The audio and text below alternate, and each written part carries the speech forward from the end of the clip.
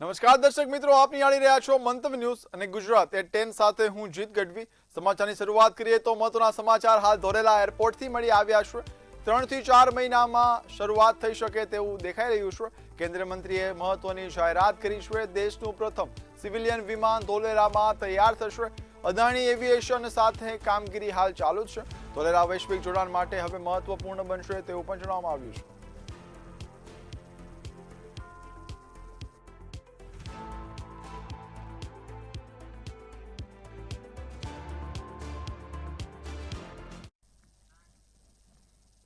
અમદાવાદથી મહત્વના સમાચારની વાત કરીએ તો કોર્પોરેશનના ઇતિહાસમાં પ્રથમ પોલીસ ફરિયાદ દાખલ થઈ છે। આંબાવાડી આવાસ યોજનામાં ઘૂસણખોરી કરાઈ હતી।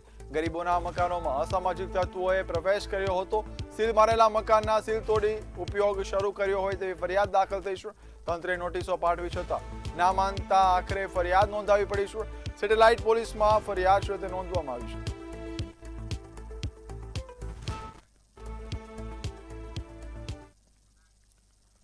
આગળ મહત્વના સમાચારની વાત કરીએ। રાજકોટની સૌરાષ્ટ્ર યુનિવર્સિટીમાં મોટો વિવાદ સામે આવ્યો છે। ઇન્ચાર્જ પરીક્ષા નિયામક મનીષ શાહનું રાજીનામું સામે આવ્યું છે। લાંબા સમયથી પરીક્ષા વિભાગમાં વિવાદ ચાલતો હતો। ગઈકાલે શિક્ષણ મંત્રીને રજૂઆત કરવામાં આવી હતી। કોંગ્રેસ નેતા રોહિત રાજપૂતે રજૂઆત કરી હતી। પરિણામ અને વહીવટી અવ્યવસ્થા અંગે રજૂઆત કરવામાં આવી હતી। વિવાદો વચ્ચે અધિકારીઓએ આખરે રાજીનામું આપ્યું।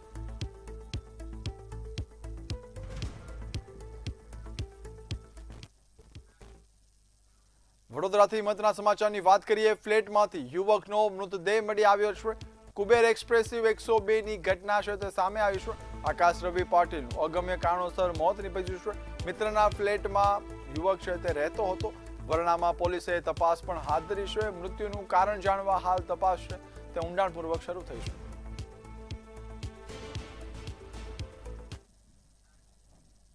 સુરતની વાત કરીએ તો સાંસદ મુકેશ દલાલે ઉત્તરાયણ ગરનાળાની મુલાકાત લીધી હતી। પોતે સમીક્ષા કરી હતી। સ્થાનિકોની સમસ્યાઓ અંગે અધિકારીઓ સાથે ચર્ચા પણ કરી હતી। ખાડી પુરાણ અને ડ્રેનેજ લાઇનનું સંયુક્ત નિરીક્ષણ કર્યું હતું। પાકા રસ્તા બનાવવા માટે મહત્વની સૂચના પણ આપી હતી। રેલવે મંજૂરીની પ્રક્રિયા ઝડપી બનાવવાના આદેશો આપ્યા છે। તકનીકી અને વહીવટી પ્રક્રિયાઓને હવે ઝડપી કરવામાં આવશે। સ્થાનિકોની મુશ્કેલીઓનો કાયમી ઉકેલ લાવવાની ખાતરી પણ આપી છે। મને ફરિયાદ મળી હતી કે ઉત્તરાયણ પાસે જે બે રેલવે ગરનાળા પડે છે તે એક જ ગરનાળા હાલ ચાલી રહ્યું છે। મેં આજે રેલવેના અધિકારીઓ, સુરત મહાનગરપાલિકાના અધિકારીઓ અને અમારા વોર્ડ નંબર 1ના કોર્પોરેટર સંગઠનની ટીમ દ્વારા એક રાઉન્ડ ગોઠવો હતો। સાઇટ વિઝિટનો કાર્યક્રમ ગોઠવો હતો અને મેં રેલવેને આ કામ કરવા માટે એક કાગપત્ર પણ લખી દીધો છે, જેની કાર્યવાહી હવે આગળ પછી થશે। પણ આજે ત્યાં આગળ જાણ કરવા છતાં પણ રેલવેના કોઈ અધિકારી હાજર નહોતા। પ્રોટોકોલ પ્રમાણે સાંસદ જ્યારે રેલવેના કાર્યક્રમમાં, રેલવેના પ્રિમાઇસીસમાં આવવાનો હોય ત્યારે રેલવેના અધિકારીઓ હાજર રહેવું ફરજિયાત છે। આથી મેં આ અધિકારીઓ સામે સખતમાં સખત કાર્યવાહી કરી તેઓને સસ્પેન્ડ કરવાની માંગણી કરી છે। તો આણંદથી મહત્વના સમાચારની વાત કરીએ। ભાજપ કોર્પોરેટરનો વિડીયો વાયરલ થયો છે। વૃદ્ધ સાથે બોલાચાલીનો વિડીયો હાલ ચર્ચામાં જોવા મળી રહ્યો છે। રોડના કામમાં ગેરરીતિના આક્ષેપો છે તે કરવામાં આવ્યા છે। વડીલ દ્વારા રજૂઆત કરવામાં આવી તો ઉગ્ર બોલાચાલી થઈ હતી। જાહેર વર્તનથી સ્થાનિકોમાં આશ્ચર્ય જોવા મળ્યું છે। મંતવ્ય ન્યૂઝ હાલ આ વિડીયોની પુષ્ટિ કરતું નથી।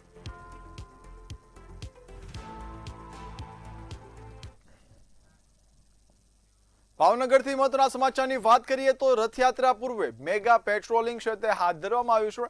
પોલીસે શહેરમાં રૂટ માર્ચ યોજ્યો હતો। રેન્જ આઈજી, એસપી પણ તેઓ ઉપસ્થિત રહ્યા હતા। રથયાત્રા પૂર્વે પોલીસ એલર્ટ મોડમાં આવી છે। ચાવડી ગેટથી હલુરિયા ચોક સુધી પેટ્રોલિંગ વ્યવસ્થા હાથ ધરવામાં આવી છે। કાયદો વ્યવસ્થા જાળવવા માટેની કવાયત પણ પોલીસ દ્વારા તેજ કરવામાં આવી છે।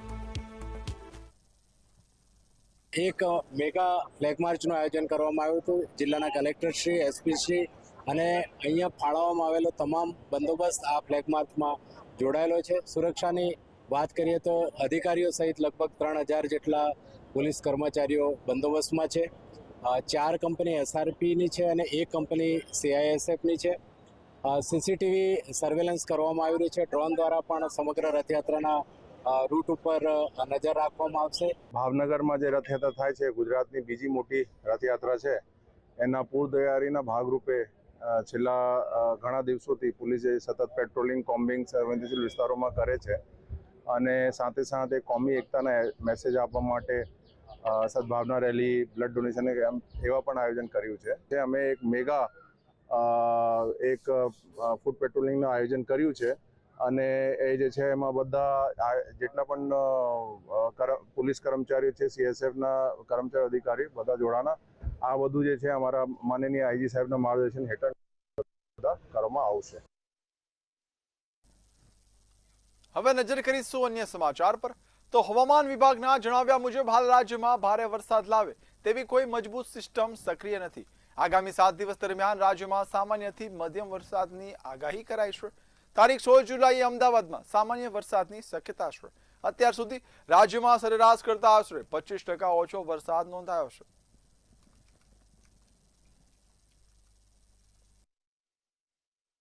आज का जो फोरकास्ट है आने वाला अगले 7 दिन के लिए 20 जुलाई तक, इसमें हल्का से मध्यम बरसात का संभावना रहेगा अलग अलग स्थानों में.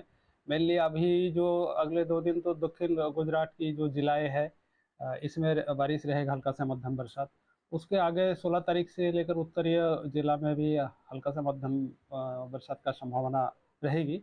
लेकिन है भारी बरसात का कोई अभी संभावना नहीं है अगले 7 दिन तक.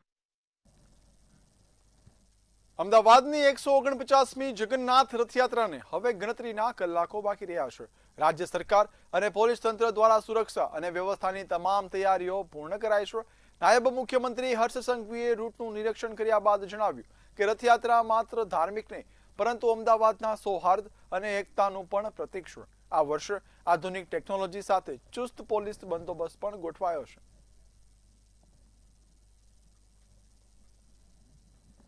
આજે ભગવાન નાથજીની આરતી બાદ સૌ ઉચ્ચ અધિકારીઓ અને બંદોબસ્તમાં જોડાયેલા તમામ અધિકારીઓ જોડે સંપૂર્ણ રૂટનું નિરીક્ષણ કરવામાં આવ્યું છે. હિન્દુ, મુસ્લિમ, શીખ તમામ સમાજના લોકો દર વર્ષે યાત્રાનું ભવ્યથી ભવ્ય સ્વાગત કરતા હોય છે. આજે આ રૂટ નિરીક્ષણ દરમિયાન તમામ સમાજના આગેવાનો દ્વારા જે ગુજરાત પોલીસનું સ્વાગત કરતા રાજ્ય સરકારની આ વ્યવસ્થાને આભાર માનતા તમામ લોકો ખૂબ જ ઉત્સાહપૂર્વક આજના નિરીક્ષણમાં જોડાયા. સુરતમાં રથયાત્રાને લઈને પોલીસ દ્વારા ચુસ્ત સુરક્ષા વ્યવસ્થા ગોઠવવામાં આવી છે. શહેરના 8 સ્થળોએ રથયાત્રાનું આયોજન કરવામાં આવ્યું છે, જેમાં વરાછા ઇસ્કોનની 8 કિલોમીટર લાંબી રથયાત્રા પણ નીકળશે. સમગ્ર વ્યવસ્થાનું કમાન્ડ એન્ડ કંટ્રોલ રૂમથી સતત મોનિટરિંગ કરવામાં આવશે, જ્યારે બોડી વોર્ન કેમેરા અને સાયબર ટીમ દ્વારા સુરક્ષા તથા સોશિયલ મીડિયા પર નજર રાખવામાં આવશે. સુરતમાં રથયાત્રા માટે ચુસ્ત પોલીસ બંદોબસ્ત 8 સ્થળોએ નીકળશે. પોલીસનું તમામે તમામ રથયાત્રાના આયોજકો અને તમામ અગ્રણીઓ સાથે ખૂબ જ સરસ ટાઈઅપ અને લાઇઝનિંગ થઈ ગયેલું છે. રથયાત્રાના રૂટ ઉપર પોલીસ દ્વારા તમામે તમામ જગ્યાઓ ઉપર મૂવિંગ બંદોબસ્ત, સ્ટેટિક બંદોબસ્ત, ડીપ પોઈન્ટ બંદોબસ્ત, ધાબા પોઈન્ટ બંદોબસ્ત તમામ જગ્યાએ લગાવવામાં આવનાર છે. આની સાથે સાથે રથયાત્રામાં પોલીસ બોડી વન કેમેરા સાથે સજ્જ કરીને એને તૈનાત કરવામાં આવશે. સાથે સાથે વિશ્વાસ પ્રોજેક્ટ અંતર્ગત માનનીય નાયબ મુખ્યમંત્રી હર્ષ સંઘવી સાહેબના માર્ગદર્શન હેઠળ જે વિશ્વાસ પ્રોજેક્ટ અંતર્ગત સમગ્ર ગુજરાત રાજ્યમાં જે CCTV કેમેરા લગાવવામાં આવે છે એ અનુસંધાને સુરત શહેરના કમાન્ડ એન્ડ કંટ્રોલ રૂમ દ્વારા CCTV કેમેરા દ્વારા પણ તમામ રથયાત્રાનું સુપરવિઝન કરવામાં આવશે. ગાંધીનગરમાં ભાજપ પ્રદેશ યુવા મોરચાની કારોબારી બેઠકમાં આગામી સંગઠનાત્મક કાર્યક્રમોની રૂપરેખા જાહેર કરવામાં આવી હતી. પ્રદેશ પ્રમુખ અને સાંસદ હેમાંગ જોશીએ જણાવ્યું કે સ્થાનિક સ્વરાજ્યની ચૂંટણીમાં મળેલી જીતની ઉજવણી રૂપે 10,000થી વધુ વિદ્યાર્થીઓને નોટબુક ભેટ આપવામાં આવશે. આ ઉપરાંત યુવા દિશા દર્શન સંવાદ, નવા મતદારો સાથે સંપર્ક અભિયાન, મહિલાઓને રાજકારણમાં જોડવા માટે વિશેષ કાર્યક્રમો અને ડી એડિક્શન અંગે યુવાનોને આસ્થા સાથે જોડવાના પ્રયાસો હાથ ધરવામાં આવશે. ત્યારે કઈ રીતે તમામ જે વય જૂથ હોય એમના યુવાનોની આની અંદર સમાવેશ થાય, જેનઝી યુવાનો પણ આની અંદર સમાવેશ થાય.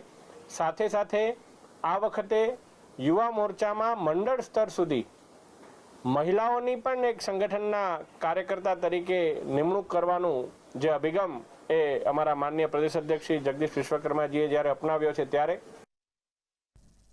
મંતવ્ય ન્યૂઝના રિયાલિટી ચેકમાં બાવળા સરકારી હોસ્પિટલની ગંભીર બેદરકારી સામે આવી છે.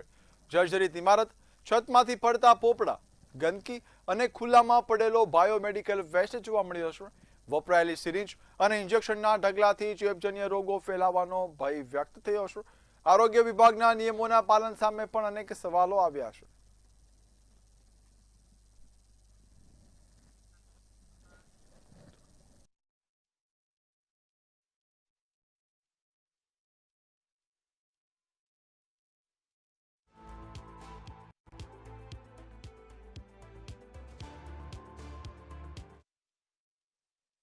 એ તમે આજે ધ્યાન દોર્યું અમારું અને અમે એ રીતે એનું તાત્કાલિક ધોરણે સફાઈ કરાવી દીધી છે.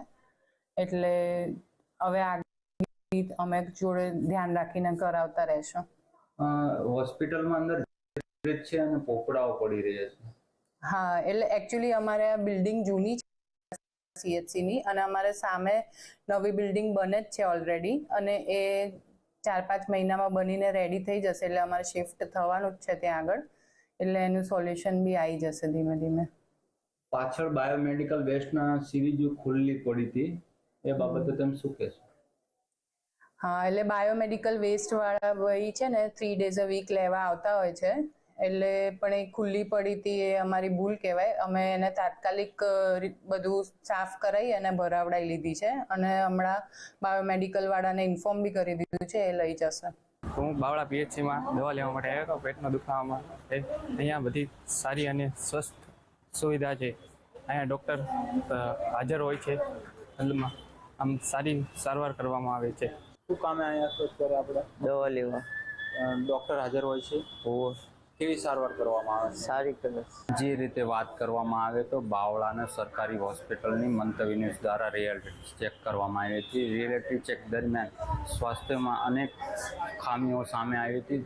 જો હાલ આપણે દ્રશ્યમાં જોઈ શકો છો, પોપડાઓ છે એ હોસ્પિટલમાં પડી રહ્યા છે. આરોગ્ય કેન્દ્રના છતમાંથી પોપડાઓ પડી રહ્યા છે તેવા દ્રશ્યો સામે આવ્યા, જે દર્દીઓ તેમના સ્વજનોની સુરક્ષા અંગે સવાલો ઊભા થયા. હોસ્પિટલની પરિસરમાં અનેક સ્થળોએ ગંદકી અને માખીઓનું સામ્રાજ્ય જોવા મળે. દર્દીઓનો સારવાર થતી જગ્યાએ આસપાસ સ્વચ્છતાના અભાવે કારણે ગંભીર ચિંતા વ્યક્ત થઈ રહી છે. એક તરફ ચાંદીપુરમ વાયરસને લઈ આરોગ્ય વિભાગ સતર્ક હોવાના દાવા કરવામાં આવી રહ્યા છે, જેના કારણે રોગચાળો ફેલાવાની ભીતિ જોવા મળી રહી છે. બીજી વાત કરવામાં આવે તો જે બાયોમેડિકલ વેસ્ટ છે તેના નિયમોનું સરેઆમ ઉલ્લંઘન થતું હોય તેવું દ્રશ્યો જોવા મળ્યા હતા.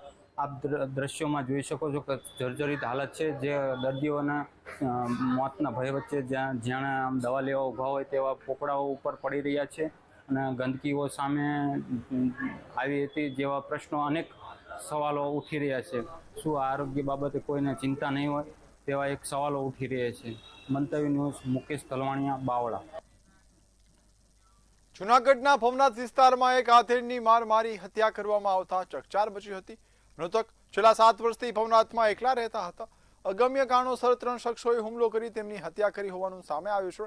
મૃતદેહને પોસ્ટમોર્ટમ માટે ખસેડવામાં આવ્યો છે.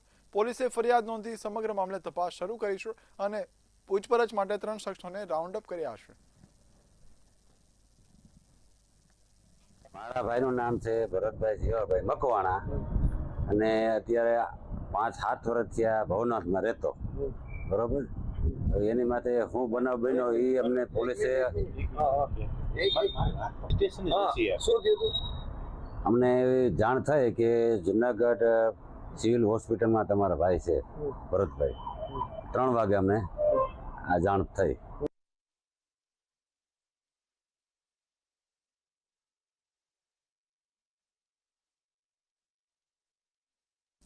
જૂનાગઢના સક્કરબાગ ઝૂમાં વાઘની પજવણી થયા હોવાનો વિડીયો સોશિયલ મીડિયામાં વાયરલ થયો છે.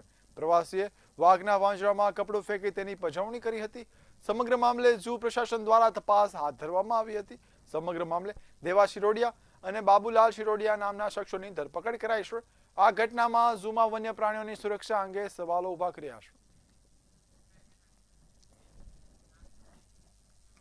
જૂનાગઢમાં ઉશ્કેરાયેલા જમાઈએ સાસુ સસરા પર જીવલેણ હુમલો કર્યો છે. તો શું છે સમગ્ર અહેવાલ, આવો જોઈએ. જૂનાગઢમાં કૌટુંબિક ઝઘડામાં જમાઈએ સાસુ સસરા પર જીવલેણ હુમલો કર્યા હોવાની ઘટના સામે આવી છે. દંપતીની પુત્રીને તેના પતિ સાથે લાંબા સમયથી અણબનાવ ચાલી રહ્યો હતો. આ વિવાદનો ખાર રાખી ઉશ્કેરાયેલ જમાઈએ સાસુ સસરાના ઘરે આવીને આતંક મચાવ્યો હતો. જમાઈએ કોઈપણ પ્રકારના ડર વિના સાસુ અને સસરાને લાકડીઓ વડે ઢોરમાર માર્યો. 2000 રૂપિયાની લૂંટ ચલાવી ફરાર થયો હતો. હુમલાની આ ઘટના બાદ દંપતીને ગંભીર ઈજાઓ પહોંચતા સારવાર અર્થે હોસ્પિટલ ખસેડવામાં આવ્યા છે. એ ઉચકે મને મારવા પહેલા એટલે પછી છરીના ઘોંકા માર્યા, અહીંયા માથામાં માર્યું, અહીંયા મેં હાથ આડા રાખી લીધા, અહીંયા મારા છાતીમાં લાગેલું છે. મેં સાહેબને બતાવ્યું, સાહેબે જોયું છે બધું. આ વસ્તુ મારી ઉપર બનાવ બન્યો છે. શબીર હુસેન સીડા એનું નામ છે. અને અવારનવાર સાહેબ મારી ઉપર એક્શન આવી રીતે લે જ છે. મારી છોકરી મારા ઘરેથી એનો છોકરો લઈને વહી ગઈ, તો પછી મેં એને ફોન કર્યો. તે આવ્યો, મને ઘરે આવીને ગાડી કરવા માંડ્યો, મને જેમ આવે એમ બોલવા માંડ્યો. તો મેં મારા ઘરવાળાને બોલાવ્યા કે ભાઈ મને આવીને આ જમાઈ જેમ આવે એમ બોલે છે. તો મારા ઘરવાળા આવ્યા, તો એને અમને બેને મારવા જાનથી મારી નાખવાની ધમકી આપીને મારા ઘરવાળાને ગળું પકડી લીધું. પછી મારા ઘરવાળાને અમને બેને માર્યા. શું મારી છોકરીને મેં જે મારી છે ને એનીથી બેતર એની હાલ મારી છોકરીને કરેલી છે. ને મારી છોકરીને જાનથી મારી નાખવાની ધમકી આપી. તો એના પપ્પા કે બેનનો છોકરો છે, તારે એની યારે ઘર આખવું પડશે. મારી છોકરી કે હું એની યારે ઘર પપ્પા આજે નહીં આખું, કાલે નહીં આખું, મને બહુ મારે ઘરે આવીને ત્રાસ આપી જતો. તો મારી છોકરીને એની પપ્પાએ ધરાટ કીધું તારે એની યારે ઘર આખવું જ પડશે. હુમલો કર્યા બાદ પણ જમાઈએ સાસુ સસરાને જાનથી મારી નાખવાની ધમકી આપી હતી. સમગ્ર મામલે ભોગ બનનાર દંપતીએ જમાઈ વિરુદ્ધ પોલીસ ફરિયાદ નોંધાવી છે. પોલીસે જમાઈ વિરુદ્ધ મારપીટ, લૂંટ અને જાનથી મારી નાખવાની ધમકી આપવા બદલ ગુનો નોંધી આગળની તપાસ હાથ ધરી છે. પોલીસે ફરાર જમાઈને પકડવા માટે તપાસના ચક્રો ગતિમાન કર્યા છે. બ્યુરો રિપોર્ટ, મંતવ્ય ન્યૂઝ. રાજકોટ જિલ્લાના ઉપલેટા તાલુકાના ગઢડા ગામે ભારે વરસાદના કારણે ચેક ડેમ તૂટી ગયો છે. ચેક ડેમનું તમામ પાણી વહી જતા આસપાસના ખેડૂતો ભારે મુશ્કેલીમાં મુકાયા છે. ત્યારે બીજી તરફ છેલ્લા 10 દિવસથી વરસાદ ખેંચાતા ખેતરોમાં પાક સુકાઈ જવાની ભીતિ સેવાય છે. રોષે ભરાયેલા ખેડૂતોએ તંત્ર પાસે ચેક ડેમનું તાત્કાલિક ધોરણે રિપેરિંગ કરવાની માંગ ઉઠાવી છે.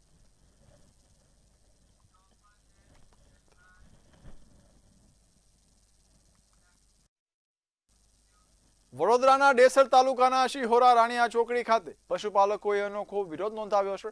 છેલ્લા 8 દિવસથી 400 થી વધુ પશુપાલકોનું દૂધ સ્વીકારતું ન હોવાથી વાહન ચાલકોને નિઃશુલ્ક દૂધ પીવડાવ્યું છે. બરોડા ડેરી સામે પારદર્શિતાની માંગ સાથે અમૂલ જેવી ઓટોમેટેડ ટેસ્ટિંગ સિસ્ટમ લાગુ કરવાની માંગ ઉઠાવી છે. પ્રશ્ન નહીં ઉકેલાય તો ઉગ્ર આંદોલનની ચીમકી પણ ઉચ્ચારાઈ છે.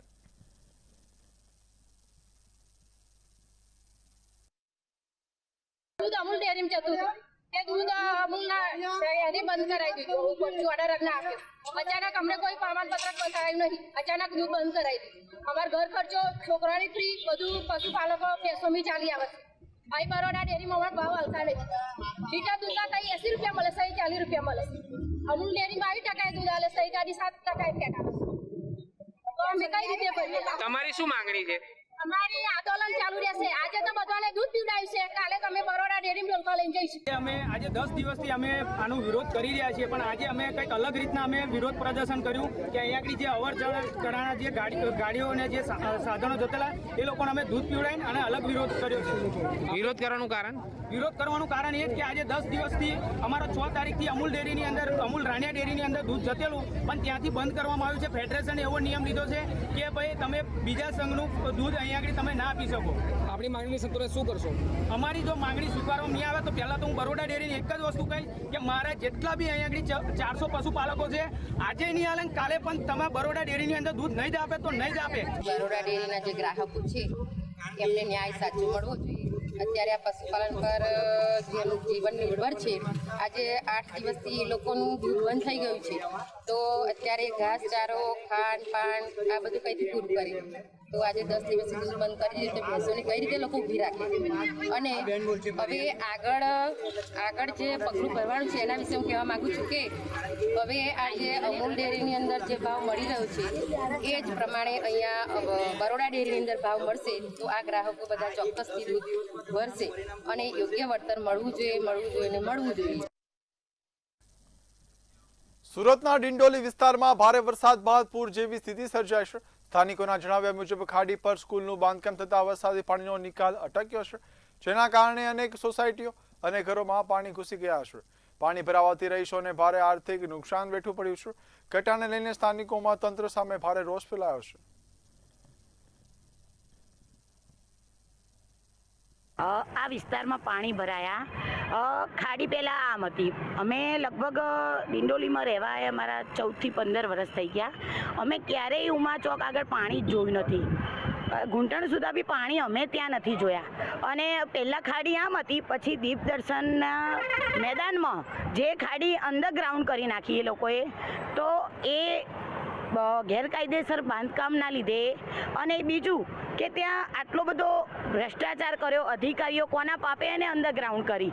હું લગભગ આ ઉમિયા માતા મંદિર છે, જે ચોક છે ઉમિયા માતા, એની સામે ગોકુલધામ ટાઉનશીપમાં રહું છું. એ સોસાયટીમાં મારા 8 થી 9 વર્ષ થયા. 8 થી 9 વર્ષમાં કોઈ દિવસ પાણી અમારી સોસાયટીમાં આવ્યું નથી.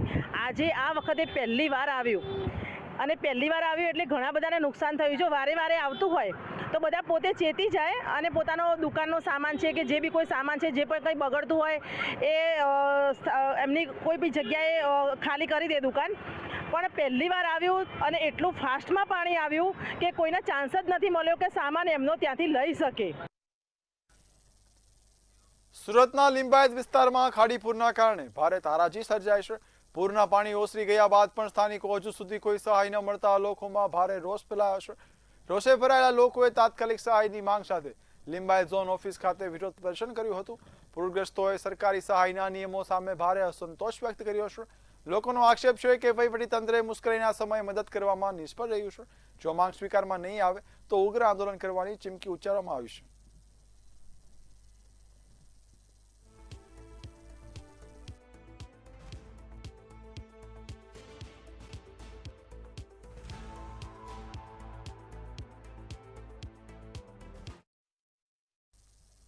મહેસાણા જિલ્લામાં ચાલુ સિઝનમાં વરસાદની ભારે ખેંચ જોવા મળી રહી છે. અત્યાર સુધીમાં સિઝનનો માત્ર 18% જ વરસાદ નોંધાયો છે, જેને કારણે જુલાઈ મહિનામાં 20% જેટલી વરસાદની ઘટ વર્તાઈ રહી છે. વરસાદની આ તંગી વચ્ચે જિલ્લામાં પિયત આધારિત પાકોનું વાવેતર થઈ રહ્યું છે અને ખેડૂતો હવે રોકડિયા પાકો તરફ વળી રહ્યા છે.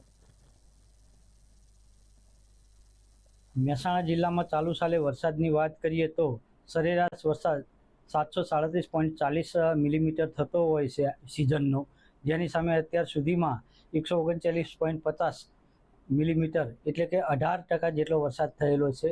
જો ગત સાલ જુલાઈ અને ચાલુ સાલ જુલાઈની વાત કરીએ તો ગત સાલ જુલાઈમાં 13મી તારીખે 283.60 mm વરસાદ હતો, એટલે 20% જેટલી જુલાઈ માસમાં અત્યારે હાલના તબક્કે ઘટ છે.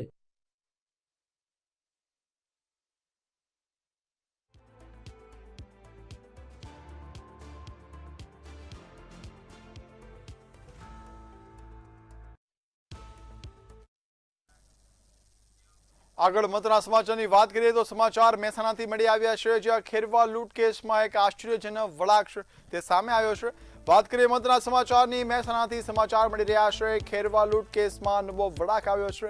ફરિયાદીએ જ લૂંટનું આખું તરકટ રચ્યું હોવાનો ખુલાસો છે તે સામે આવ્યો છે. ક્રેડિટ સોસાયટી પર ગ્રાહક લૂંટિયાની ઊભી કરી વાત હતી તે સમગ્ર ખુલાસામાં સામે આવ્યું છે. ફરિયાદીએ પોતાના જ હાથમાં જાતે જ છરો પણ માર્યો હતો તેવા પણ આશ્ચર્યજનક ખુલાસા સામે આવ્યા છે. પોલીસે ફરિયાદીને સાથે રાખી તેના ઘરે તપાસ કરી હતી, જેમાં સમગ્ર ઘટનાનો ઘટસ્ફોટ થયો હતો. હાલ વાત કરીએ મહત્વના સમાચારની, મહેસાણાથી સમાચાર મળી આવ્યા છે. ખેરવા લૂંટ કેસમાં એક આશ્ચર્યજનક વળાંક સામે આવ્યો છે, જ્યાં ફરિયાદીએ પોતે જ લૂંટનું આખું કાવતરું રચ્યું હોય તેવો ખુલાસો થયો હતો. તો આપણી સાથે સમગ્ર મામલે સંવાદદાતા અલ્પેશ પટેલ છે તે જોડાઈ ચૂક્યા છે. જી અલ્પેશ, જે રીતે ખેરવા લૂંટ કેસમાં આશ્ચર્યજનક વળાંક સામે આવ્યો છે, શું છે વધુ વિગત? જી ચોક્કસ જણાવી દઉં કે ગઈકાલે જે લૂંટનું તરકટ રચાયું હતું તેની અંદર આજે નવો વળાંક આવ્યો છે, અને જે દાગીના અને રોકડ લૂંટનું કેસમાં જે આશ્ચર્યજનક વળાંક આવ્યો છે તેને ગતરોજ ખેરવામાં લૂંટનો ઘટનાની મુદ્દો સામે આવ્યો હતો, અને ફરિયાદીએ ખુદ લૂંટ તરકટ રચ્યું તેવું સામે આવ્યું છે હાલમાં. તો અને જે સમગ્ર મામલે પોલીસે ફરિયાદની સાથે રાખી તેની ઘરની તપાસ પણ કરી હતી, અને આજે સમગ્ર દિવસ દરમિયાન તપાસ દરમિયાન સત્તાવાર કાલે વધુ માહિતી પણ બહાર આવશે અને જે ગતરોજ ક્રેડિટ સોસાયટી બહાર નીકળતા ગ્રાહક લૂંટાયો હતો તેઓ કર્યું હતું. લૂંટારુએ બનીને ફરિયાદીથી હાથને જે આરપાર છરો કૂંપાવી દીધો હતો અને હોવાની વાત કરી હતી અને છરો પણ જાતે જ માર્યો હોવાનું પોતાના હાથે અને માર્યો હોવાની માહિતી સામે આવી છે અને સમગ્ર ઘટનામાં હવે નવો વળાંક આવ્યો. ફરિયાદી પોતે જ બનશે આરોપી. જી અલ્પેશ, સમગ્ર માહિતી માટે આભાર આપનો.